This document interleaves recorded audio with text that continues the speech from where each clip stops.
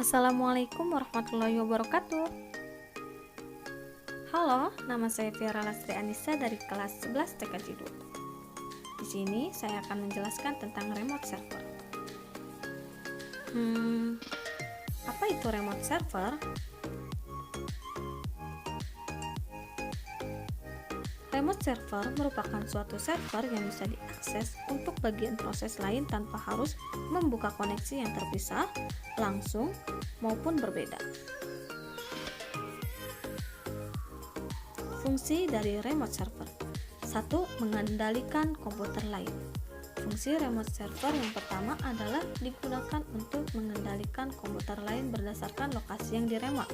Misalnya, ketika Anda hendak mengakses perangkat lunak atau software yang terdapat di komputer lain, jadi Anda tinggal mengecek atau melihat software tersebut melalui komputer server.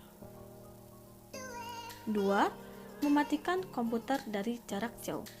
Fungsi kedua dari adanya remote server adalah untuk mematikan komputer dari jarak jauh. Sebenarnya, untuk fungsi pada poin kedua ini tidak jauh berbeda dari poin pertama. Ketika Anda hendak mematikan komputer, Anda tidak harus datang ke komputer tujuan untuk mematikannya. Anda bisa langsung mematikan komputer tersebut melalui komputer server. 3. Menghidupkan komputer.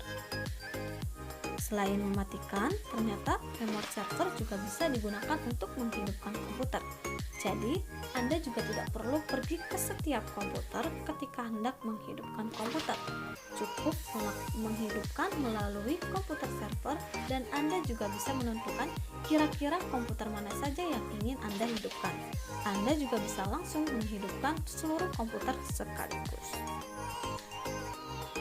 Adapun fungsi lain yang dimiliki oleh remote server diantaranya 1. Digunakan untuk mengawasi dan mengontrol komputer lain. Kedua, remote server bisa digunakan untuk melakukan perbaikan atau maintenance dari jarak jauh.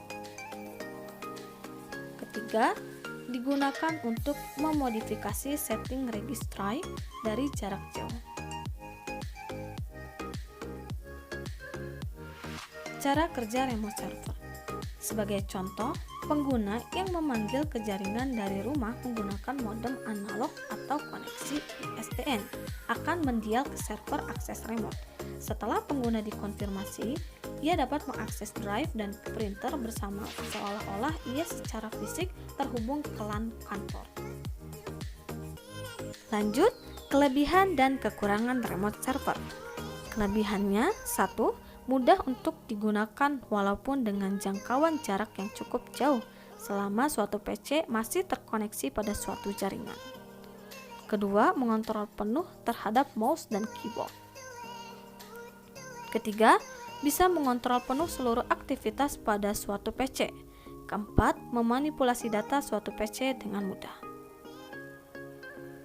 Adapun kekurangan dari remote server yaitu 1. Dari segi keamanan, aplikasi ini sangatlah kurang karena setiap orang bisa mengakses PC kita jika mereka mengetahui username dan password pada PC kita. Kedua, tidak bisa membedakan antara klien dan server karena setiap PC dapat berperan sebagai klien sekaligus server. Ketiga, loadingnya lebih lambat. Jenis aplikasi untuk remote server yaitu 1.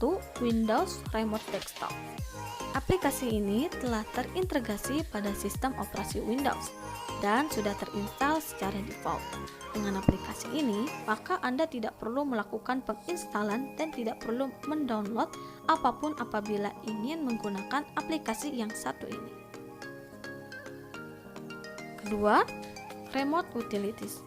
Remote Utilities atau seringkali disebut sebagai Internet ID. Dengan bantuan aplikasi ini, maka Anda bisa melakukan pengontrolan sampai dengan 10 komputer sekaligus. Ketiga, TeamViewer. Kelebihan dari aplikasi ini yaitu Anda tidak harus mengubah konfigurasi router maupun firewall pada jaringan internet Anda. Jadi, tinggal connect saja. Keempat, Omni Admin. Aplikasi ini mampu bekerja dengan cara menghubungkan antara komputer yang satu ke komputer yang lainnya dengan melalui ID sesuai yang telah disediakan oleh aplikasi. Kelima, Aero Admin disebut sebagai aplikasi remote untuk desktop yang digunakan paling mudah untuk saat ini. Hal ini dikarenakan pada aplikasi ini hampir tidak memiliki pengaturan sesuai yang dibutuhkan. Maka, untuk semuanya dilakukan dengan cara to the point atau dengan cara yang lebih cepat. Sehingga aplikasi ini sangat cocok digunakan dalam kondisi dadakan. 6. Ultra VNC. Aplikasi ini hampir sama pada aplikasi Remote Utilities karena untuk server maupun viewport yang diinstal dalam kedua komputer ini, maka untuk viewport itu sendiri pun bisa digunakan dalam melakukan pengontrolan pada server. Sekian dan terima kasih, semoga bermanfaat. Wassalamualaikum warahmatullahi wabarakatuh.